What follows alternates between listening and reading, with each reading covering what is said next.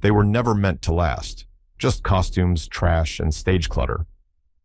That's how one old studio boss dismissed Hollywood props, even as collectors risked fortunes and friendships to hunt them down. But what secrets do these forgotten objects really hold? Why do ordinary shoes, pianos, and bits of fabric ignite obsession decades after the credits roll? Tonight, we trace the hidden journeys of Hollywood's most iconic props, and you'll never look at movie magic the same way again. The Ruby Slippers, The Wizard of Oz, 1939.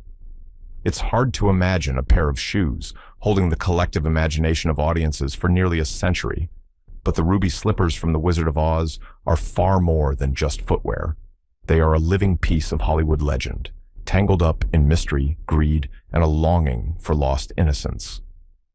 When Judy Garland clicked her heels together and whispered, "There's no place like home," those sparkling slippers became the centerpiece of one of cinema's most enduring moments. But the real-life journey of these shoes is every bit as dramatic as anything that happened on the yellow brick road.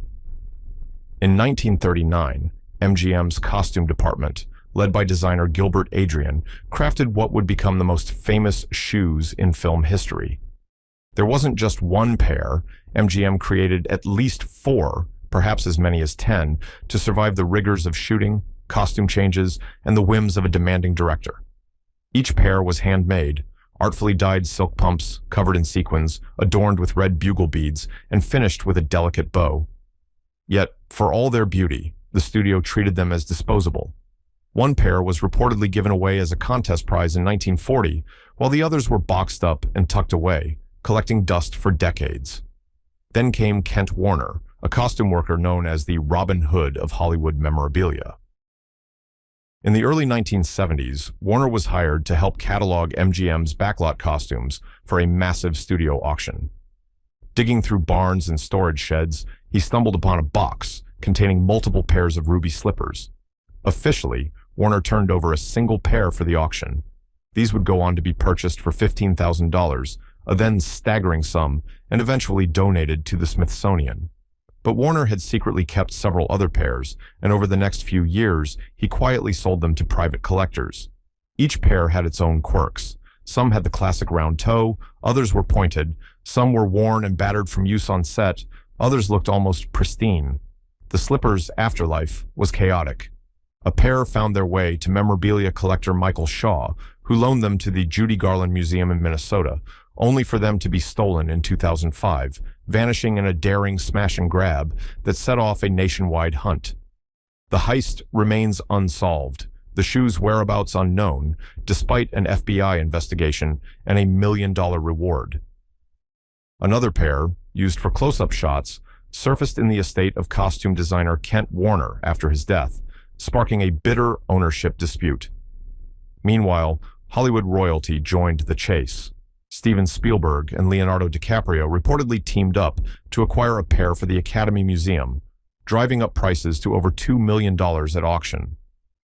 For the Smithsonian's slippers, a public fundraising campaign had to be launched just to keep the fading sequins from crumbling into dust. Today, the ruby slippers are scattered, some are cherished in museums, others lie hidden in private vaults, and one pair remains missing, a holy grail for prop hunters and Oz obsessives. But their magic endures, not just because of the film's enduring appeal, but because they are a symbol of how Hollywood transforms ordinary things into artifacts of wonder, desire, and, sometimes, obsession. In the end, the story of the ruby slippers is a reminder. In Hollywood, even a simple pair of shoes can become a legend worth chasing to the ends of the earth. The Maltese Falcon. The Maltese Falcon, 1941.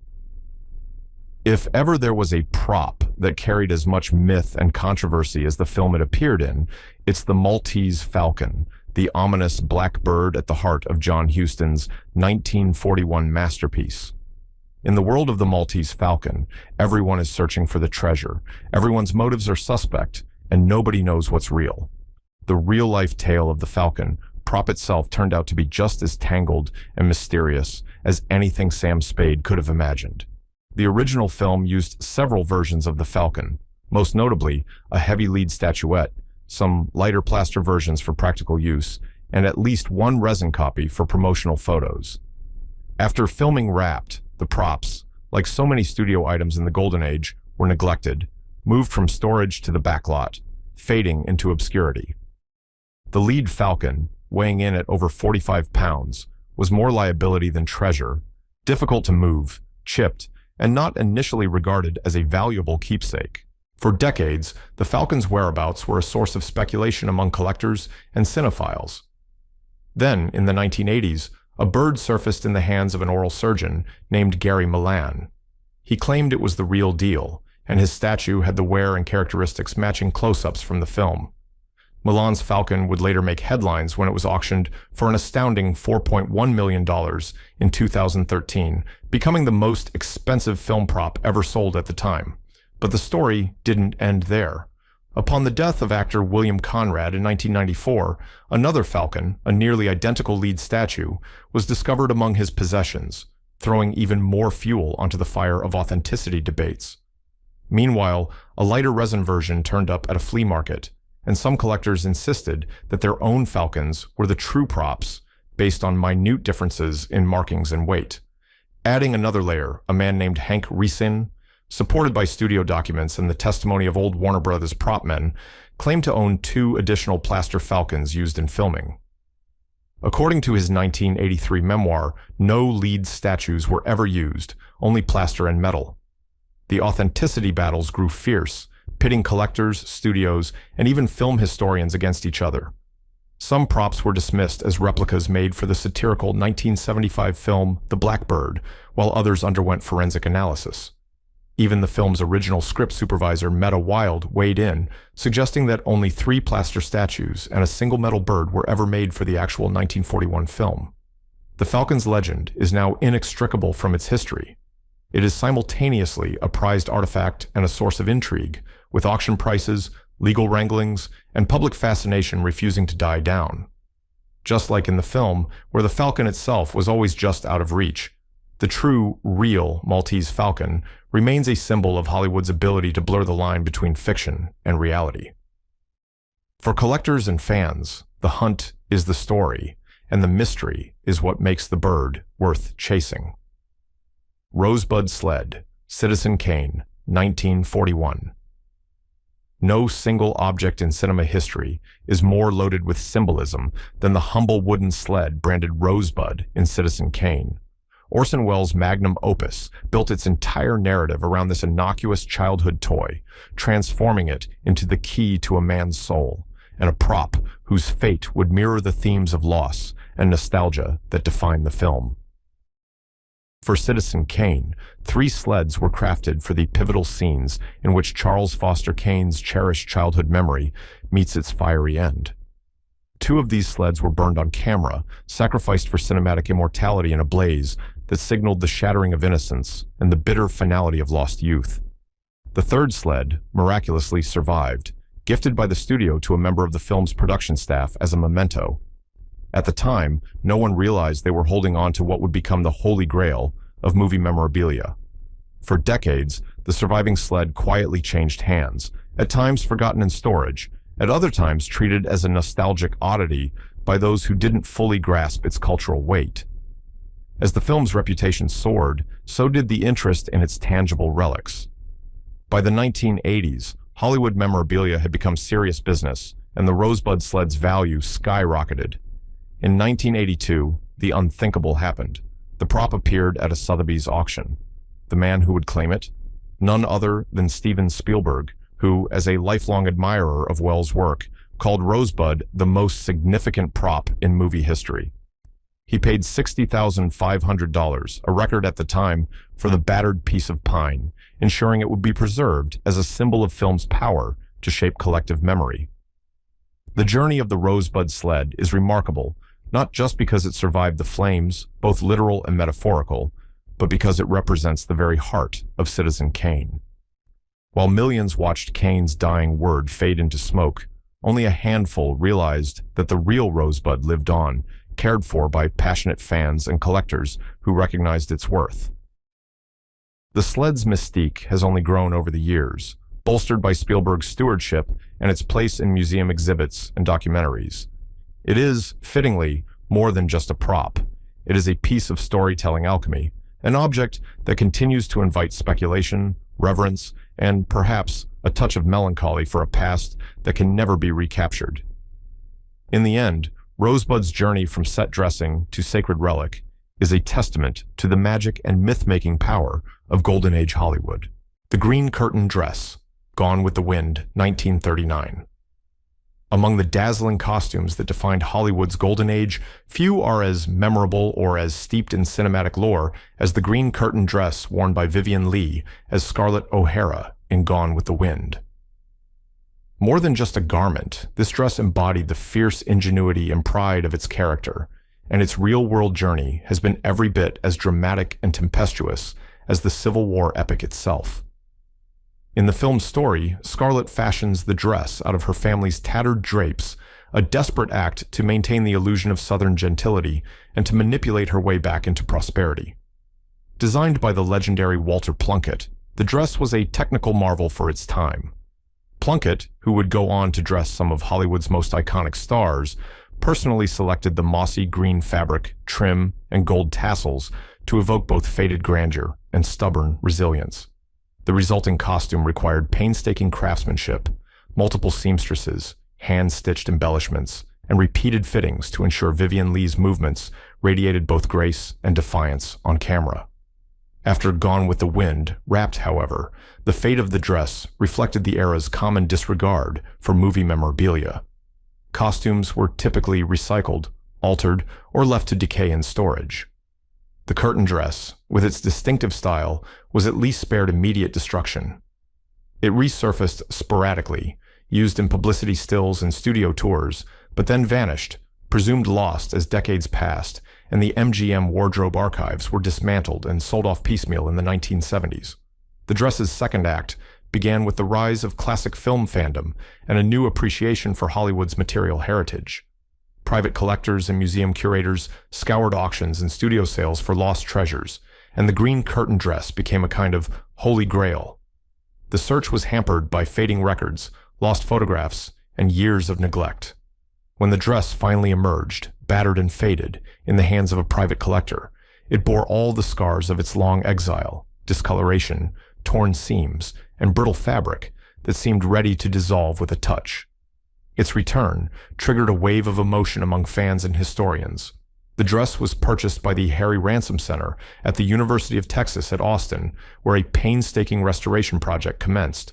Funded by donations from devoted fans, the process required textile experts to study old film stills, research 1930s fabric dyes, and use microneedles and gentle cleaning agents to revive the dress without erasing its storied past. In a moving gesture, some restoration was completed in full view of the public, allowing new generations to witness the reverence that now surrounds objects once considered disposable. Today, the green curtain dress stands as a testament not just to Walter Plunkett's genius and Vivien Leigh's luminous performance, but to the evolving legacy of film history itself.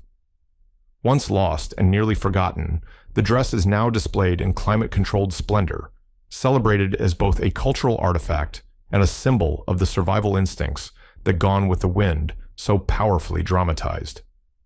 For film lovers, it's a tangible link to a vanished world, a reminder that even in Hollywood, something beautiful can endure through the years against all odds. The Ten Commandments Set Pieces, The Ten Commandments, 1923. Sometimes, the most iconic movie props are not held in glass cases or auctioned for millions. They're hidden beneath the earth, lost to time and the elements.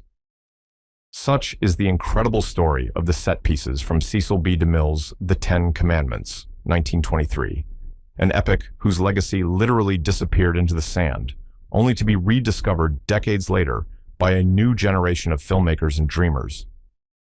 Back in the silent era, DeMille was a showman with ambitions as vast as his budgets. To bring ancient Egypt to life, he ordered the construction of an awe-inspiring set in the remote Guadalupe-Nipomo dunes of California.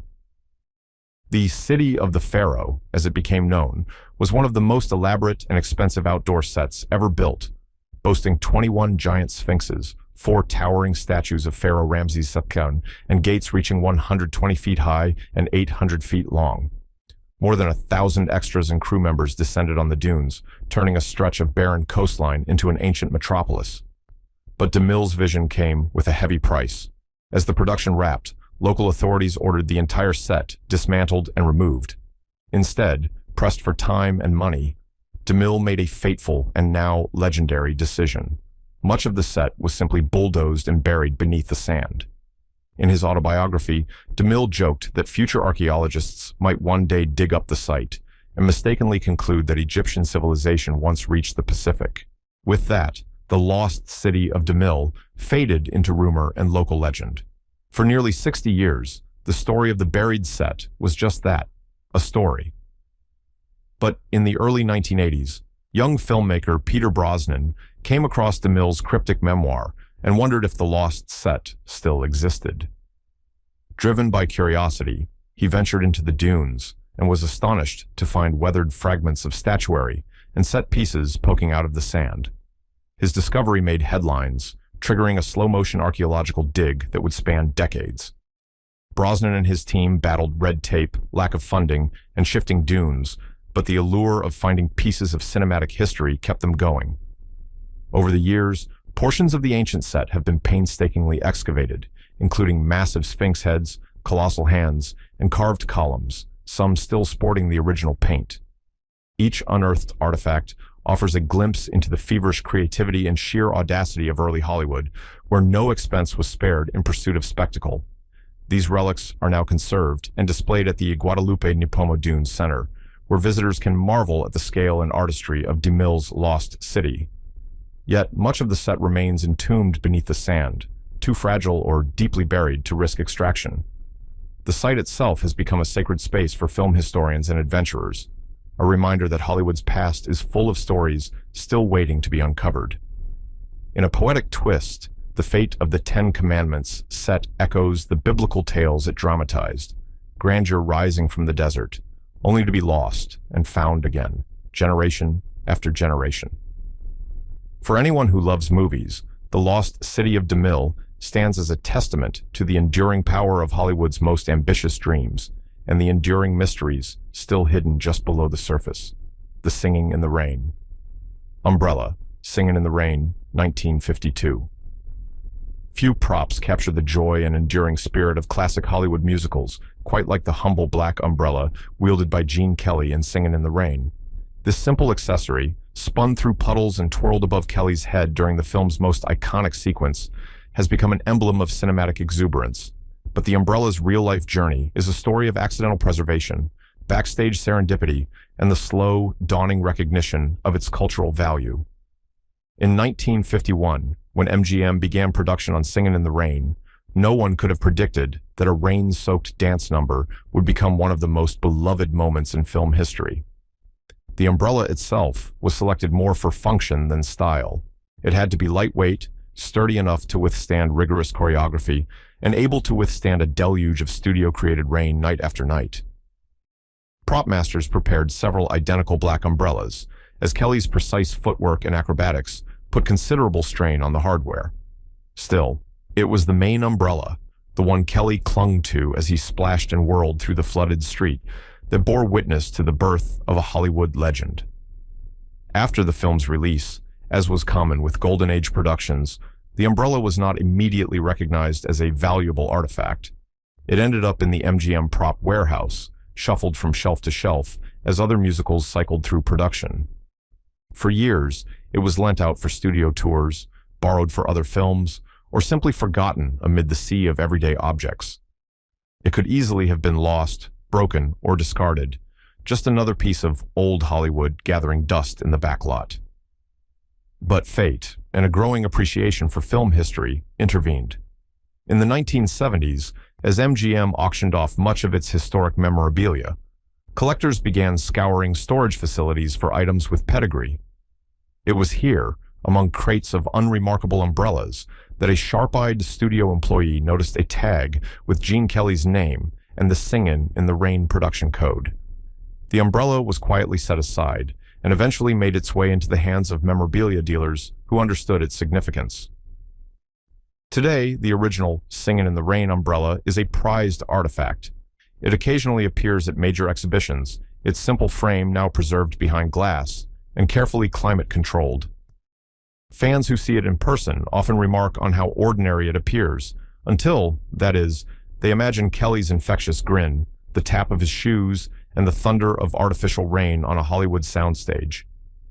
What was once just a functional prop has become a powerful symbol of joy, resilience, and the sheer magic of old-school musicals.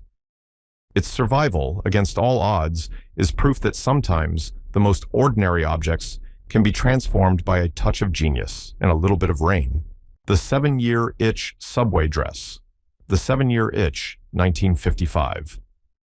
Marilyn Monroe's billowing white halter dress, caught in an updraft over a Manhattan subway grate, is perhaps the most instantly recognizable costume in Hollywood history. The moment it was captured, Monroe's laughter, the rush of air, the gleam of city lights became a symbol of both American glamour and forbidden allure. Yet the story behind this iconic prop is filled with as much drama, risk, and mystery as the woman who wore it. The dress was designed by William Travilla, a young costume designer at Fox, whose work with Monroe would cement his place in film history. Travilla envisioned a look that was innocent yet seductive, and he chose a light, pleated fabric that would catch every movement of air and every flash of the camera. The scene itself was shot in New York City, late at night, with hundreds of onlookers watching. The result, the dress exploded upward, Monroe's skirt flying, and the actress, radiant and playful, immortalized in what would become one of the most celebrated images in pop culture. But the aftermath was turbulent. Fox studio executives were scandalized by the public's reaction, both captivated and outraged by Monroe's unabashed sexuality. The dress became a lightning rod for controversy, with some reports claiming it threatened the star's marriage to Joe DiMaggio, who was allegedly furious at the spectacle. Still, the scene and the dress were too powerful to cut.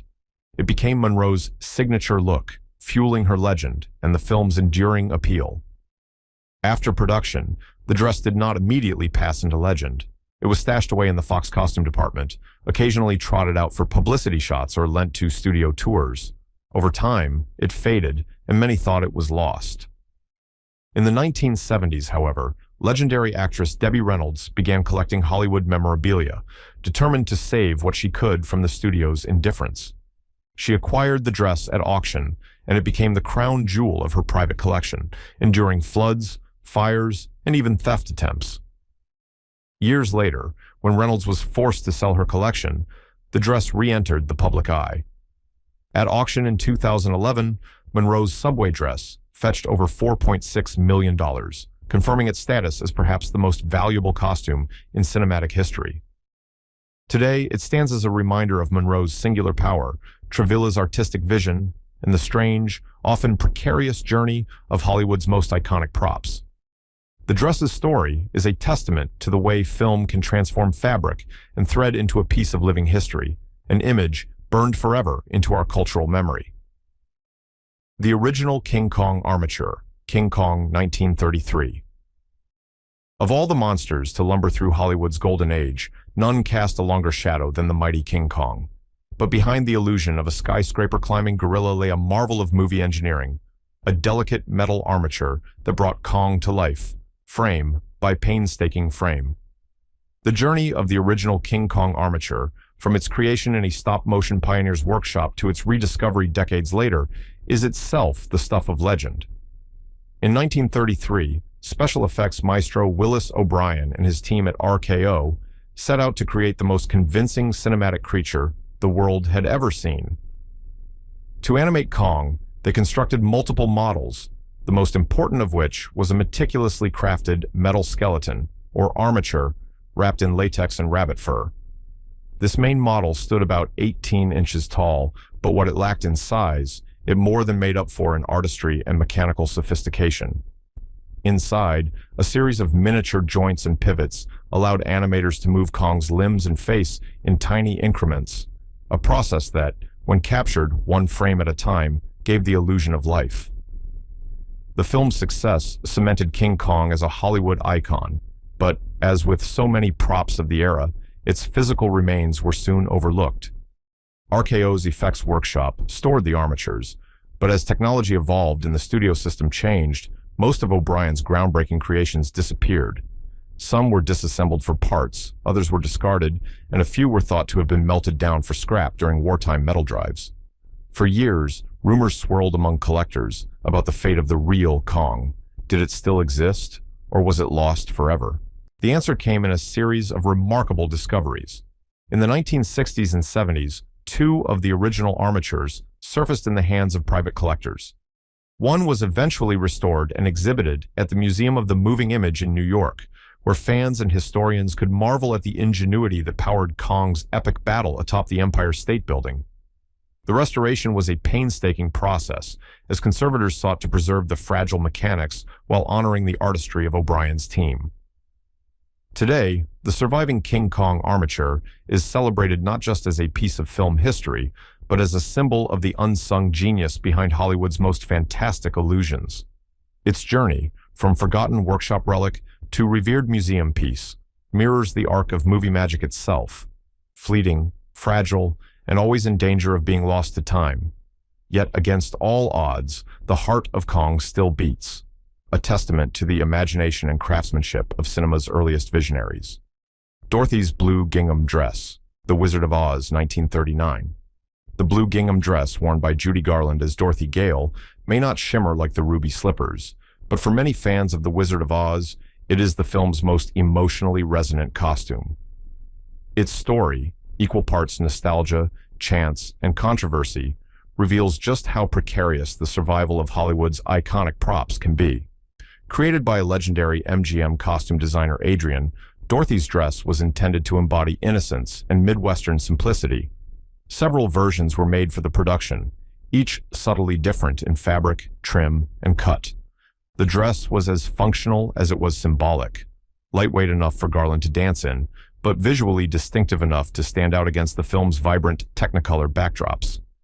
It became an instant symbol of the film's homeward message, beloved by audiences worldwide. After filming, as was customary, the dresses were stored away by MGM, soon to be forgotten amid racks of other costumes. Over the years, they were occasionally pulled out for promotional events or loaned to other productions, but tracking their whereabouts became nearly impossible as the studio's assets were sold or dispersed. Some dresses vanished entirely, their fates unknown. Others, faded and threadbare, turned up in surprising places, estate sales, private attics, and even college theater departments. The story took a dramatic turn in 2022 when one of the original blue gingham dresses was found stuffed in a white trash bag in a shoebox at the Catholic University of America in Washington, D.C. The dress, which had been missing for decades, was identified by its unique label bearing Judy Garland's name. Its rediscovery prompted both jubilation and legal wrangling as questions arose about rightful ownership and the dress's path from MGM to the university. Meanwhile, other verified dresses have fetched hundreds of thousands of dollars at auction, drawing fierce interest from museums and collectors alike. The blue gingham dress's journey is emblematic of Hollywood's evolving attitude toward its own material heritage. Once considered mere wardrobe, these costumes now hold the status of sacred relics, objects through which we connect to the artistry, performance, and cultural impact of classic films. As Dorothy herself learned, sometimes the things we value most are hiding in plain sight, waiting for the right moment to return home. The dress remains a tangible reminder of childhood wonder, cinematic history, and the fragile line between the ordinary and the extraordinary. The Casablanca Piano, Casablanca, 1942. If there's a single object in Golden Age Hollywood that can make audiences instantly hear a melody in their heads, it's the battered upright piano from Rick's Café Américain in Casablanca. As Dooley Wilson's Sam sang, "As time goes by," this small, unassuming instrument became the emotional centerpiece of one of cinema's most enduring love stories. But the story of the Casablanca Piano didn't end when the cameras stopped rolling. Instead, it embarked on a decades-long odyssey almost as complicated as the film's tangled romance. The piano featured in Casablanca was carefully chosen by Warner Brothers set decorators to fit the shadowy, intimate world of Rick's bar. It was a modest, upright instrument, its diminutive size, a practical choice so that Sam and the actors could be filmed together in tight shots. Though Dooley Wilson was a professional musician, he didn't actually play the piano. He mimed to music performed off-screen by a real pianist, making the prop both a performance tool and an iconic visual anchor. After Casablanca's initial success, the piano returned to the Warner Brothers' prop department, where it was cataloged and stashed away. Like so many legendary props of the era, its significance wasn't immediately recognized. Over time, the piano was moved, repainted, and occasionally loaned out for other productions or studio tours. For years, its whereabouts were uncertain, with rumors abounding that it had been scrapped, lost, or irreparably altered during its time in storage. Interest in the piano surged as Casablanca grew in status from hit movie to immortal classic. By the 1980s and 90s, Hollywood memorabilia collectors began to dig through studio archives, desperate to locate the original piano. The hunt became something of a legend itself, with conflicting reports about the number of pianos used, at least two, their authenticity, and their condition. Eventually, two main contenders emerged, one identified as the main cafe piano, with distinctive features matching close-ups from the film, and another used in the flashback scene set in Paris. In 2012, the main Rick's Cafe piano was brought to auction by Bonhams in New York, accompanied by thorough documentation and authentication by experts. The prop, still recognizable with its faded keys and secret compartment used to stash transit papers in the film, was purchased for over $600,000. The Paris flashback piano, slightly smaller and painted a different color, had previously been auctioned for nearly $3.5 million, a testament to the emotional pull these artifacts still hold. Today, the Casablanca piano is more than just a movie prop. It is a piece of living memory, capable of instantly transporting viewers back to a world of smoky bars, desperate love, and the bittersweet hope that the right song can heal a broken heart. Displayed at exhibitions and revered by fans, the piano stands as a poignant symbol of how even the humblest objects, when touched by cinematic magic, can become eternal. Its journey from overlooked backlot furniture to auction house sensation is a reminder that sometimes, in Hollywood as in life, the things that matter most are the ones that bring us back, time and again, to the heart of the story. In the end, Hollywood's most iconic props are more than just remnants of old movies. They're keys to memory, time machines that connect generations of dreamers to the legends and heartbreaks behind the silver screen. Each battered piano, vanished dress, or glittering slipper carries not just a story, but the echo of the people who touched them and the worlds they built. As long as these treasures endure, so does the magic of cinema, reminding us that even after the cameras stop rolling, the real stories live on, waiting to be found again.